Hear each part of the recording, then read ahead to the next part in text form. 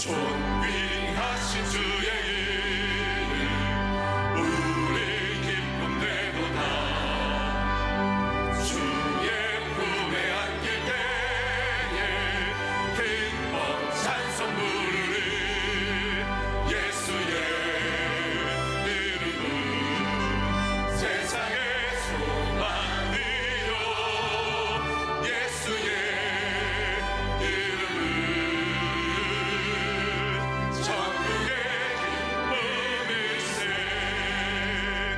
우리 갈 길 다간 후에 보좌 앞에 나가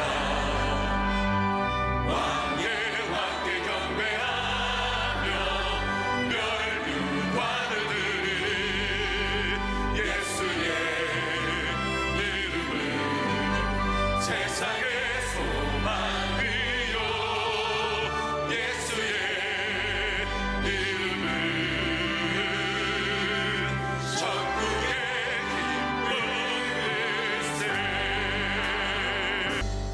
자, 오늘은 이제 사도행전 책거리 마지막 날입니다. 드디어 바울이 로마에 도착을 합니다. 그토록 꿈꾸었던 로마, 세계 제국 그 중심부에 들어왔죠.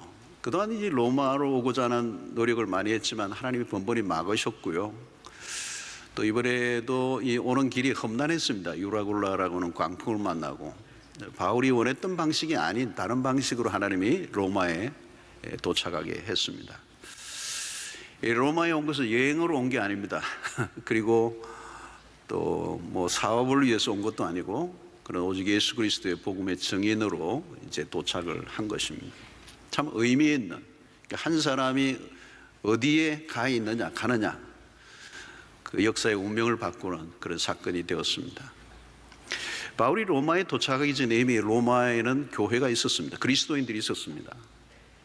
그래서 바울이 로마에 있는 교인들을 위해서 이미 오래전에, 몇 년 전에 편지를 썼죠. 그 편지가 바로 여러분들이 대하고 있는 로마서입니다. 이제 그 형제들을 만날 수 있는 기회가 주어졌고, 비록 죄수의 몸이지만 또 황제의 재판을 기다리고 있는 그런 상황이지만, 이제 그 주어진 환경 속에서 바울은 복음을 전하고 있습니다. 자, 그런데 오늘 우리는 28장을 보면서 깔끔하게 마무리가 되고 있는 것처럼은 보이지 않아요. 사도행전을 딱 보면 초반부에 비해서 끝이 생각보다 미미하게 끝난다는 겁니다. 세상의 역사가들에게 맡긴다면 혹평을 했겠죠. 뭐 대단한 것 같으니 별 거 없구만. 이런 사도행전의 초반은 얼마나 대단했습니까? 오순절의 성령 사건, 그리고 베드로의 설교, 하루에 3,000명, 날마다 믿는 자들이 더해가고 기존의 유대의 종교 체제를 다 흔들어 놓았습니다. 그런데 말미에 와서는 바울이 붙잡히고 죄수로 로마로 호송되어 온 거죠. 또 로마에 도착했지만 고작 몇 사람의 형제를 만난 얘기로 사도행전이 끝나고 있습니다. 죽을 고비를 넘기면서 로마까지 온 그가 보여준 행보로는 너무 미미해요. 마지막을 좀 더 멋있게 장식하고 사도행전을 끝냈더라면 얼마나 좋았을까. 그러나 여러분, 사도행전은 끝나지 않은 책입니다. 이 성경의 어떤 책은 다 끝이 나는데 사도행전은 끝나지 않은 책, 계속 쓰여지고 있는 책, 계속 진행형. 그러니까 닫힌 책이 아니라 열린 책이라는 것입니다. 바울의 인간적인 생애는 거의 끝이 나는 시점입니다. 그러나 이 사도행전은 28장으로 끝나지 않고 29장이 기록되어져야 되는데, 그 기록은 독자들의 몫입니다. 오늘 우리의 몫입니다. 모든 그리스도인들은 이 속 사도행전의 주인공이 되어야 합니다. 바울은 사도행전 29장이 있다는 것을 몰랐겠죠. 그러나 바울이 생각한 것보다 훨씬 더 크고 놀라운 역사가 사도행전 29장부터 시작이 되는 거죠. 어떤 일이 일어납니까? 여러분, 바울은 물론 예수의 사도들은 다 순교의 제물이 됩니다. 많은 성도들이 핍박을 당하고 순교를 당해요. 그래서 이 사도행전 1장 8절에 내 증인이 되리라 할 때 이 증인, witness, 이 말투스라고 하는 헬라어는 영어로 모트라고 하는 순교자에 쓰왔습니다. 초대교회 성도들은 다 박해를 견뎌내고 사방으로 흩어졌습니다. 복음을 전하다가 죽어감으로 속사도행전의 주역들이 바울을 이어서 계속 일어나게 됩니다. 자, 역사적인 기록을 보면 바울은 AD 60년에 로마에 도착을 합니다. 그리고 60년에서 62년 사이에 감옥에 갇혀 있습니다. 그리고 64년에서 68년 사이에 그는 참수를 당합니다. 그리고 64년에 로마에 무슨 일이 있었는가 하면 대화재 사건이 일어납니다. 네로 황제 시대입니다.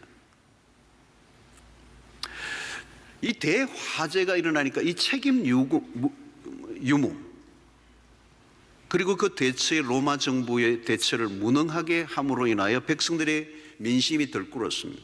그때 로마 당국이 희생 제물을 찾았습니다.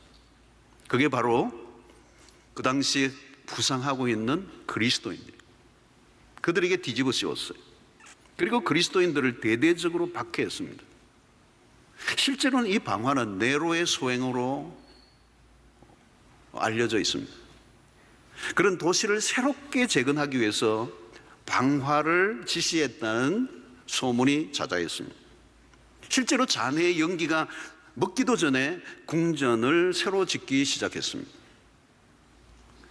여러분, 로마의 총독 빌라도의 재앙을 당했던 그리스도를 따르는 집단이 로마로 흘러들어와 엄청난 추종자들이 생기고 있다는 것에 로마 정부가 촉각을 곤두세우고 있었습니다.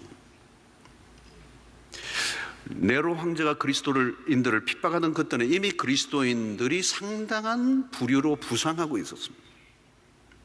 2세기 중반까지 핍박으로 인해 그리스도인들의 순교는 계속되었습니다. 그리스도인들의 모임을 사악한 미신을 따르는 불건전한 집단으로 핍박을 했습니다. 그런데 로마 AD 3세기 이 300년을 지나면서 로마 제국의 기독교가 공식 종교가 됩니다. 자, 특이한 것은 교세를 확장하기 위한 조직화나 어떤 노력을 했느냐, 그런 흔적이 없습니다. 교회사를 보면 선교나 전도가 강조되지도 않았습니다. 기독교 초기에는 예수를 받아들이는 순간부터 많은 위험이 따랐습니다. 편안한 삶을 살기를 원하거나 높은 지위를 갖고자 하는 사람이거나 출세를 원하는 사람이라면 그리스도인이 되어서는 안 됩니다. 그럼에도 불구하고 사람들은 그리스도인이 되었습니다. 어떤 힘이 작동되었기에 예루살렘에서 유대로, 유대를 거쳐 로마에까지 복음이 퍼져 전 세계로 퍼져 나가게 되었을까? 이 질문의 답을 우리는 사도행전을 마무리하면서 살펴보고자 합니다. 여러분, 역사 속에서 인간에 의해서 복음이 왜곡되기도 하고 또 지상의 교회의 모순을 드러내기도 했습니다. 그럼에도 불구하고 복음의 역사가 단 한 번도 멈춘 적은 없습니다. 우리의 관심은 1장부터 줄곧 하나님의 나라, 그 하나님의 나라는 하나님이 주도해 가시는 것입니다. 사도행전 끝은 겉으로 보기에는 미미해 보이지만 그렇지 않습니다. 초기에는 로마 제국에 비해 초라해 보였습니다, 그리스도인들이. 그러나 300년 만에 로마 제국은 역사 속에 사라져 버렸습니다. 그러나 교회는 로마를 넘어 전 세계로, 오늘 우리에게까지 2000년의 역사 속에 멈추지 않고 우리에게 온 것입니다.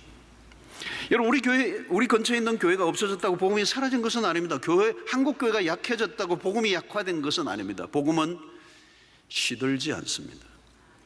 눈에 보이는 교회는 허약하지만 복음은 강력합니다. 복음은 지상의 교회나 인간의 허약함 안에 갇히지 않습니다. 겨자씨 같이 작은 씨앗이 거대한 나무를 이루는 그 꿈이 현실로 드러났습니다. 하나님의 나라는 멈추지 않고 계속 자라고 있고 그 교회는 2000년의 역사 속에서 드러나 있습니다. 여러분, 세상을 보십시오. 겉으로는 대단해 보이고 화려해 보이지만 얼마 못 가지 다 사라집니다. 어떤 단체나 어떤 조직도 몇십 년을 버텨내기 어렵습니다. 축하환이 막 시작할 때는 대단하고 엄청난 일을 할 것 같지만 한 세기를 넘지 못합니다. 여러분, 지금은 테슬라의 회장 일론 머스크의 세상처럼 보입니다. 그는 인류 역사의 최고의 부자입니다. 민간 우주기업 스페이스 X를 창설하고 우주여행을 현실화하겠다고 공언하고 있습니다. 그러나 여러분, 언제 어떻게 될지 nobody know, 아무도 모릅니다. 이런 세상의 일들을 너무 감탄해하거나 또 세상의 일로 너무 절망해하거나 때로는 세상의 화려함에 너무 부러워하지 마십시오. 세상의 어떤 조직도 어떤 기업도 어떤 제국도 영원하지 않았습니다. 모든 것은 흥망성쇠를 반복합니다. 모든 인간이 만든 사상과 이데올로기도 마찬가지입니다. 막스의 공산주의 이론도 70년으로 막을 내렸습니다. 언제나 인간으로부터 출발한 것은 한계를 드러낼 수밖에 없습니다. 그러나 하나님의 나라는 영원합니다. 2000년 역사가 무엇을 말해주는 것입니까? 누룩의 발효와 같이 부풀어 올랐습니다. 소수의 그리스도는 갈릴리의 그 아주 조그마한 동네에서 시작했던 그 나사렛 출신의 젊은 청년 예수, 그가 형장 이슬로 사라져 버렸는데 2000년 역사 속에서 지금도 여전히 끊임없이 아시아에 지금 여러분 인도네시아에서 일어나는 부흥만 해도 놀라워요. 세계 최대의 이슬람 국가인 인도네시아에 지금 부흥의 불길이 타오르고 있습니다. 인도라고 하는 나라에서 지금 일어나는 부흥의 소식은 어마어마해요. 최근에 40만 명이 모이는 교회 얘기를 들어보니까요, 경이로워요. 중국 안에 일어나는 지하교회에 일어나는 이런, 중국은 이미 세계 최대 기독교 국가입니다. 문화혁명 이후에 밑으로 지하로 들어갔던 그리스도인들이 얼마나 우후죽순처럼 늘어났는지, 지금도 아프리카에 나이지리아와 같은 나라에 일어나는 부흥의 소식들,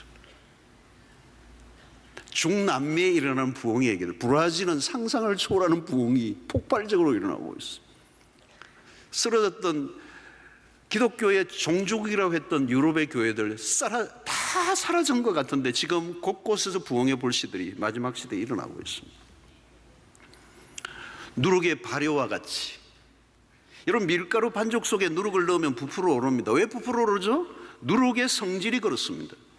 누룩 안에 반죽을 부풀어 오르게 하는 힘이 들어있어요. 부풀지 안 부풀지 걱정할 필요가 없어요. 누룩이 있으면 부풀어 오르게 돼 있어요.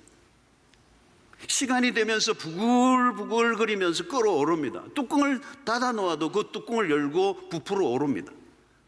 뚜껑을 열려고 해서 열려진 게 아닙니다. 부풀어 오르니 자연스럽게 열렸습니다. 그 힘은 내부로부터 온 것이지 바깥으로부터 온 힘이 아닙니다. 복음의 성격이 그렇습니다. 진짜 복음을 가졌느냐가 중요합니다. 교회가 참 예수의 복음을 가지고 있느냐, 누룩이 있는가 없는가가 중요한 것이지, 누룩이 들어있다면 부풀어 오르게 되어 있습니다. 누룩은 반죽 속에서 발효가 일어나요. 발효, 확장을 하는 거죠. 자발적이고 멈출 줄 모르는, 부글거리며 부풀어 오르는 작용을 누구도 통제할 수 없습니다. 시간이 되면 발효의 과정을 통하여 팽창을 합니다. 여러분, 초기 교회 역사를 보면 전도를 강조하지 않았습니다. 선교 전략회의 같은 거 없었습니다. 총동원 전도 없었습니다. 세미나 없었습니다. 전도 많이 하면 옛날에는 막 그냥 티코도 상도 주고 뭐 한국교회가 별일을 다 했습니다.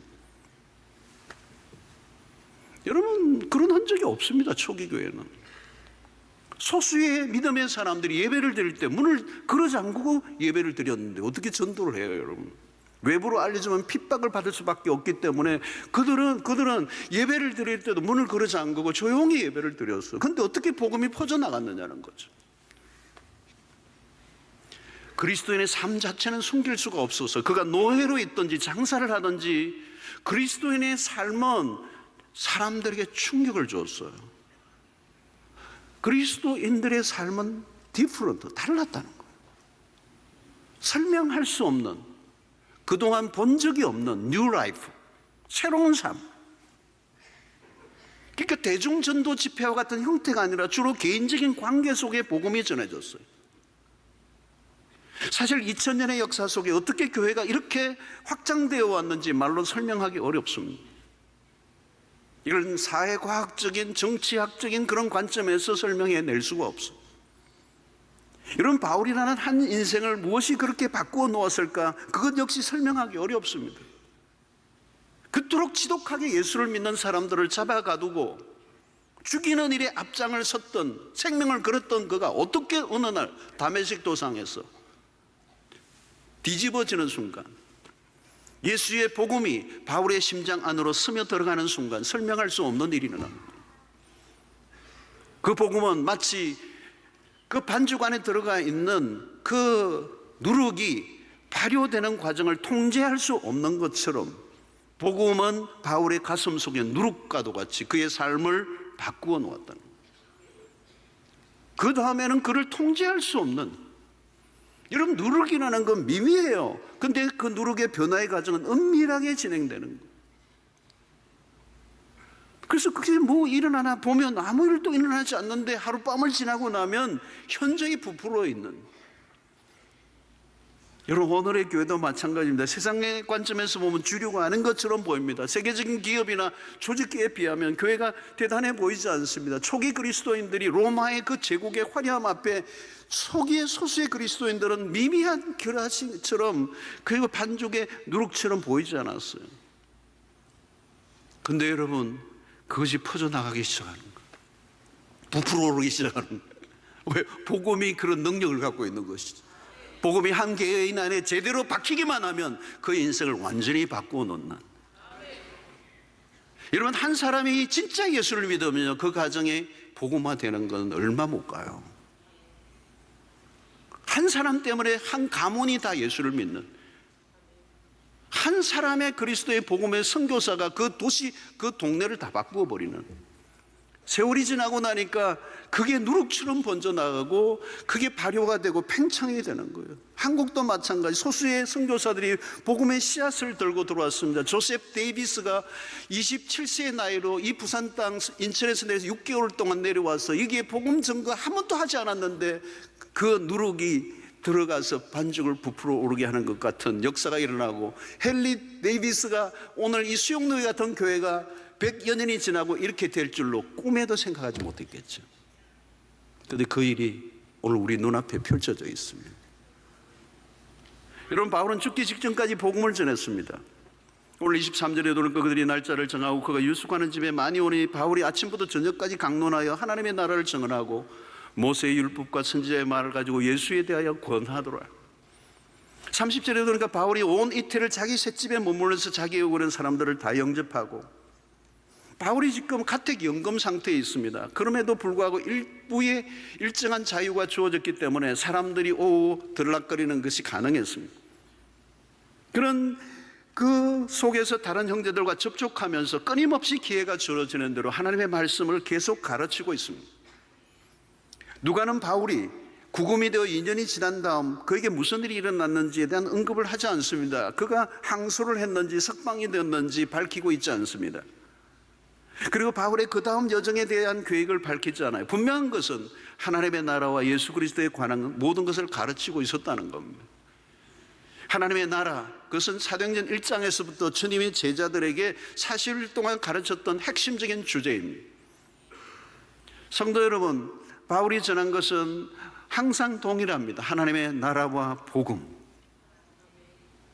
여러분, 세상에서는 시대마다 다른 상황에 다른 변신을 합니다. 사람들의 입맛에 맞는 복음을 만들어 팝니다. 무엇인가 새로운 것을 내어놓아야 합니다. 그러나 복음은 언제나 복음입니다.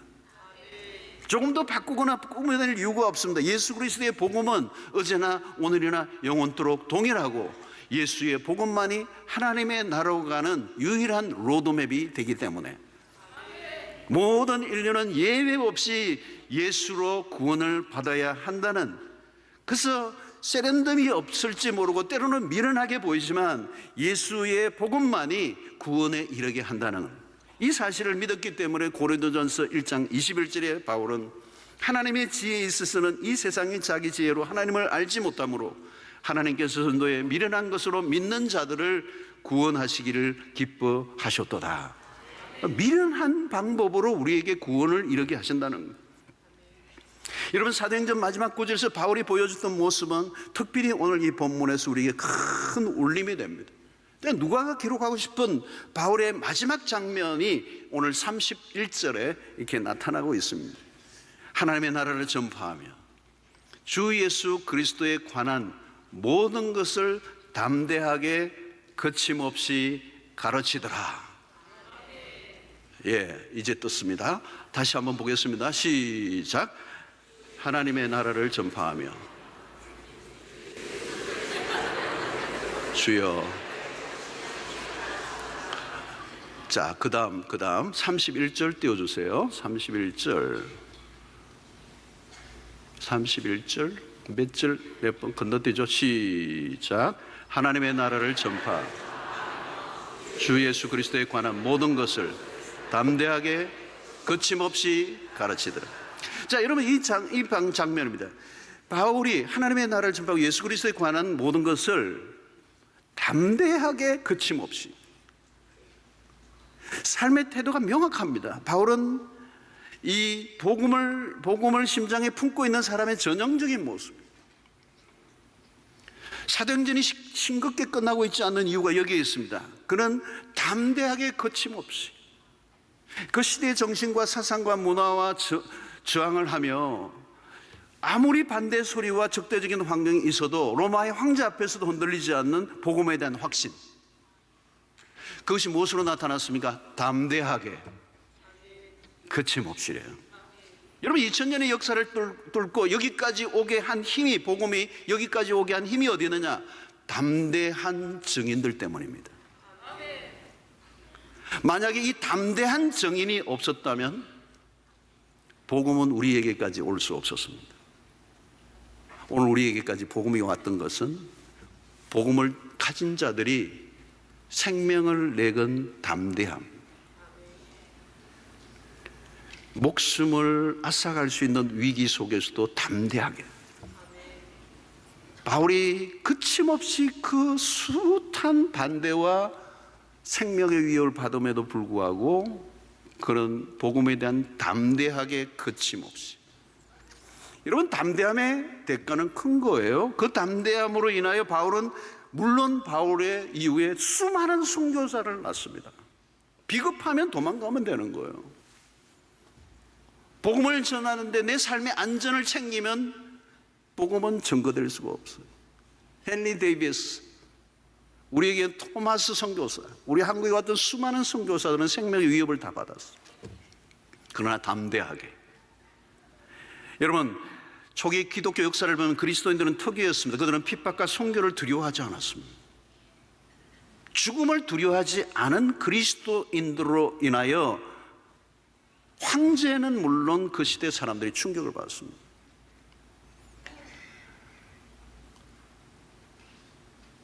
카타콤의 순교자라는 책을 보면 콜로시엄과 같은 곳에서 그리스도인들을 다 잡아가지고 그 경기장으로 집어넣고 굶주린 사자떼를 그냥 풀어버리면 그냥 다리가 찢겨 나가고, 고통을 당하는 속에서도 그리스도의 얼굴에는 표현하기 어려운 평화로움이 있었다는 거예요. 그 모습을 본 황제나 그 모습을 본 군중들이, 야유를 하는 청중들이 묘한 감정을 느꼈다. 담대한 증인의 삶이 가능한 것은 확고한 부활 신앙 때문이었어요. 여러분, 바울의 태도에서 복음이 진짜라는 것을 입증하고 있습니다. 바울은 거침이 없어요. 무엇을 말해줍니까? 복음의 능력이 바울의 심장에 불을 붙였습니다. 그 불을 끌 수가 없었습니다. 거침없이라는 이 말은 복음을 전하는 일에 있어서 그 어떤 것도 바울을 막을 수가 없었다는 거예요. 그리스도를 위해 생명을 바치기로 결단합니다. 빌립보서 1장 12절에 보면, 형제들아, 내가 당한 일이 도리어 복음 전파에 진전이 된 줄을 너희가 알기를 원하노. 여기 내가 당한 일이라는 것은 감옥에 들어간, 담대하게 거침없이는 바울만이 아닙니다. 수많은 그리스도인들이 그의 삶을 바톤을 이어받았습니다. 여러분, 여기서 우리는 사도행전의 종말론적인 시각을 우리에게 요구합니다. 우리가 추구하는 것은 이 세상이 아니고 하나님의 나라라. 현실을 무시하라는 얘기는 아닙니다. 현실을 직시하되 현실 너머를 보는 눈, 이중시선. 세상의 나라를 너무 주목하다가 하나님의 나라를 놓치지 말라는 거예요. 역사의 결론을 맺는 날이 오는 거죠. 그냥 분주하게만 살면 방향을 잃어버리는 삶이 되고 맙니다. 우리는 한 해의 마무리를 짓는 마지막 주일입니다.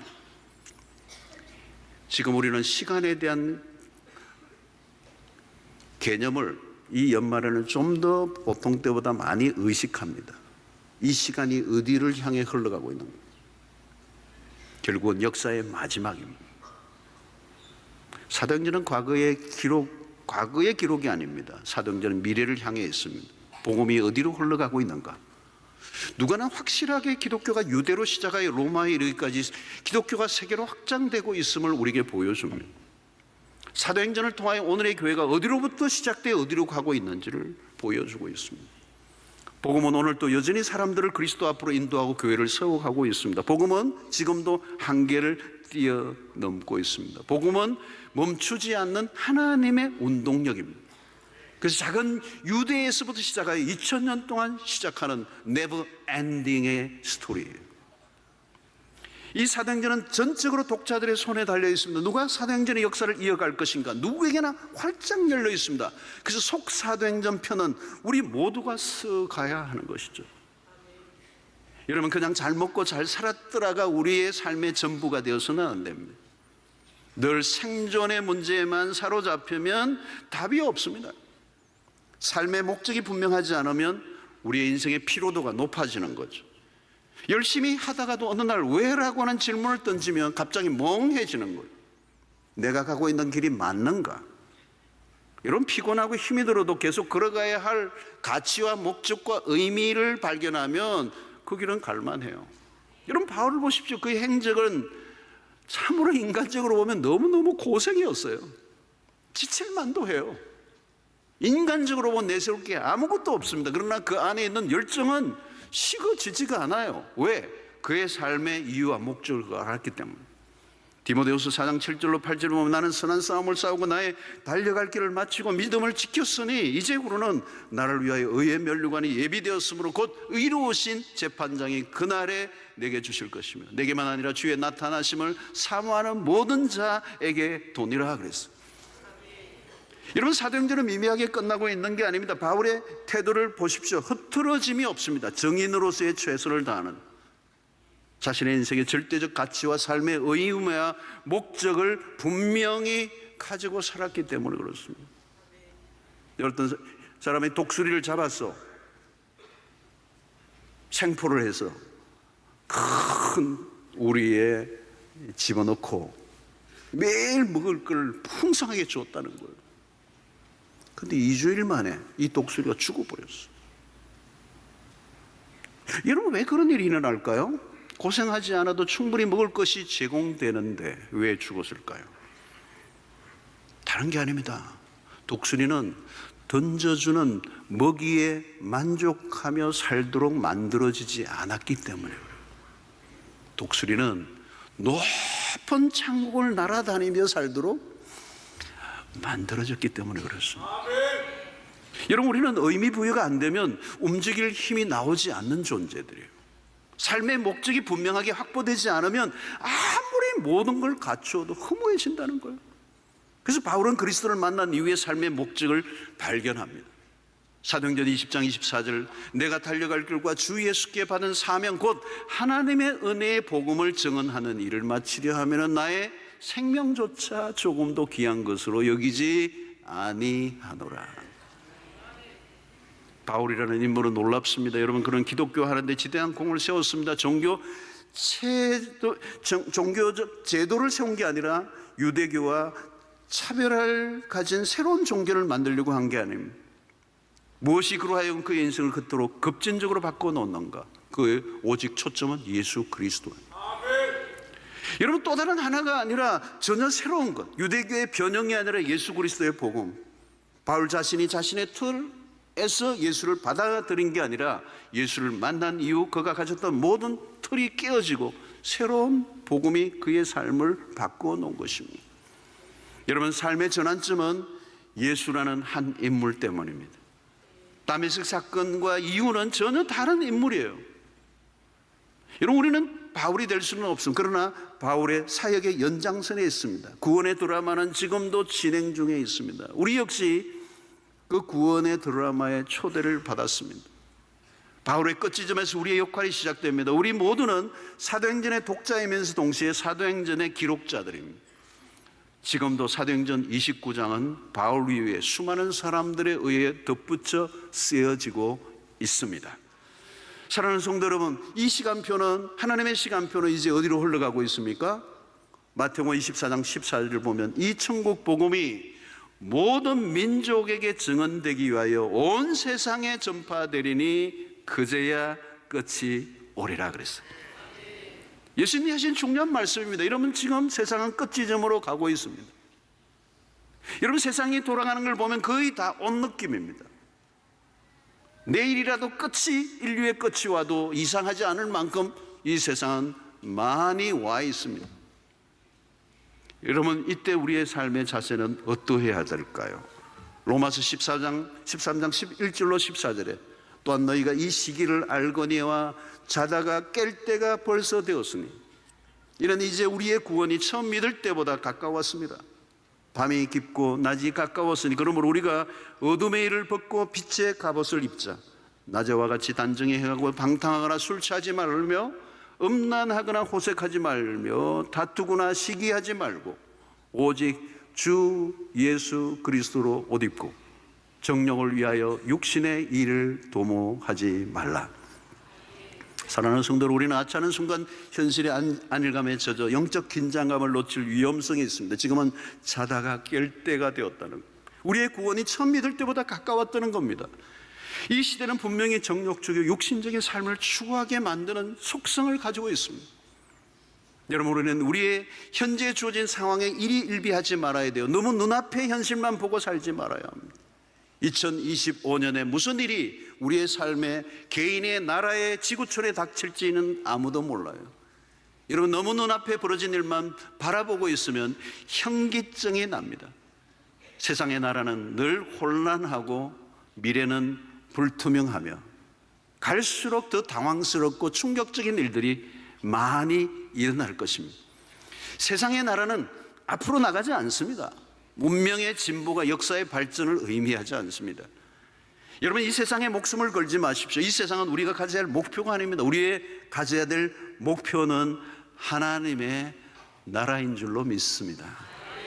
우리의 각자의 배역은 달라요. 그러나 목적은 한 가지입니다. 무엇을 하든지 우리의 삶의 목적은 하나님의 영광이요, 그 궁극적인 목적은 예수 그리스도의 십자가의 피 묻은 복음을 전파하는 것입니다.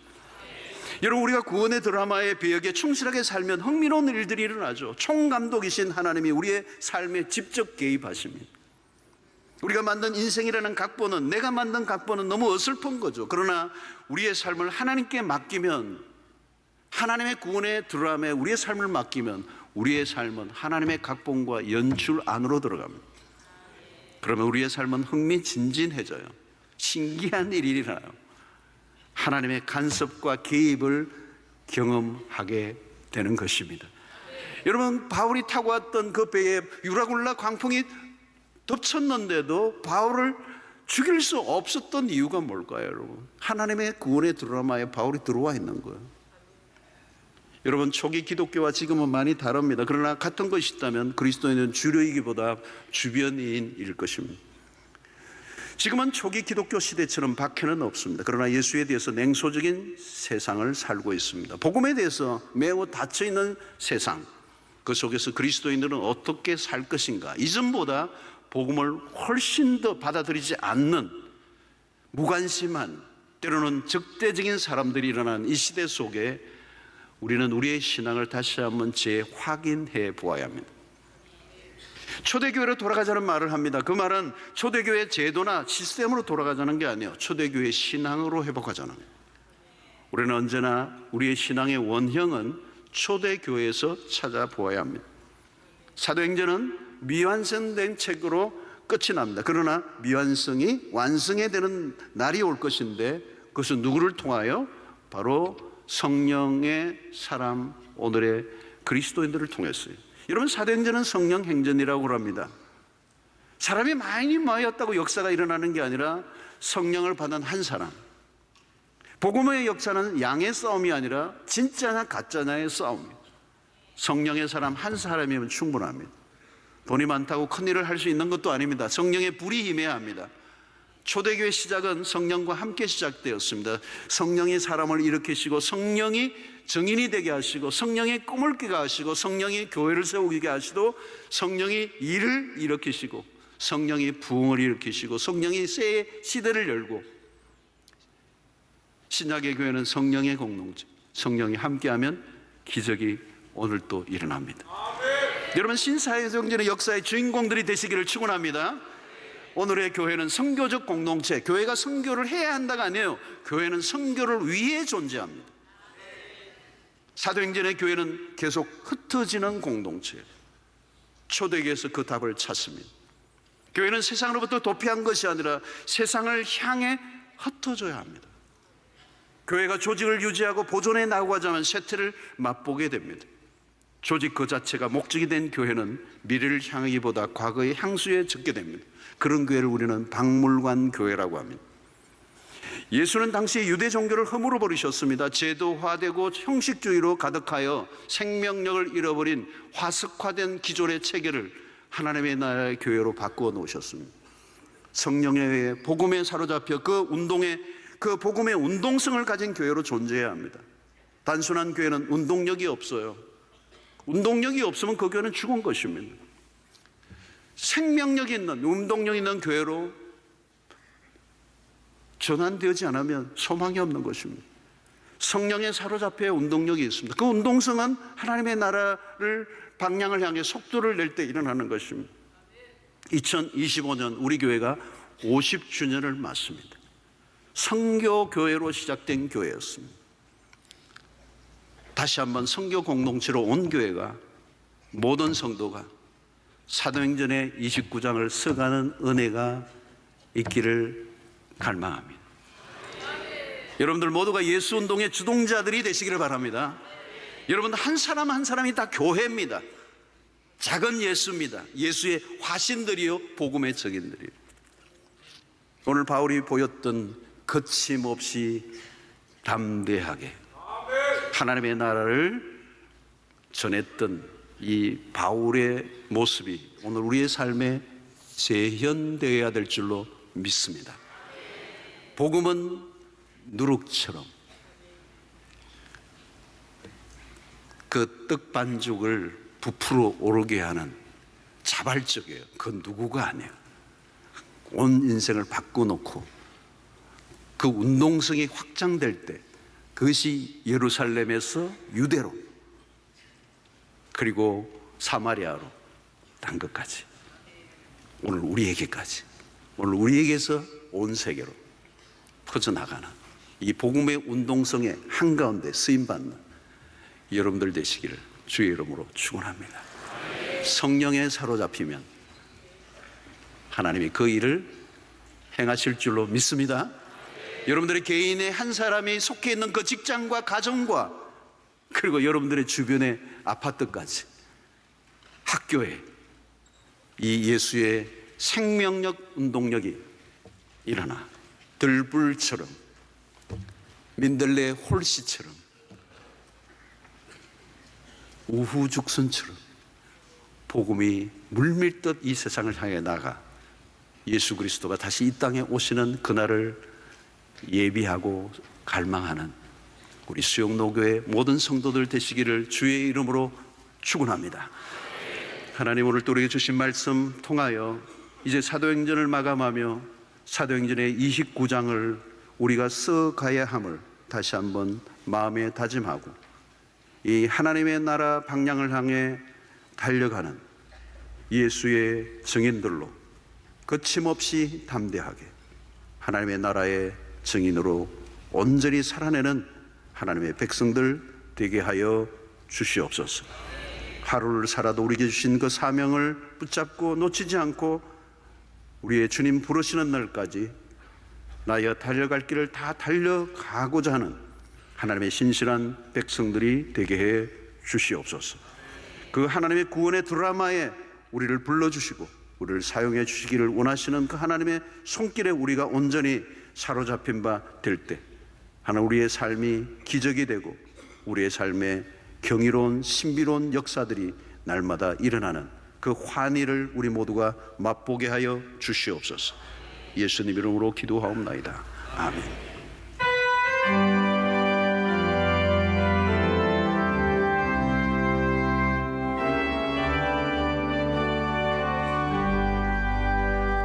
온 세상 위하여 나오는 전하리 만 백성 모두 나와서 주 말씀 들으라.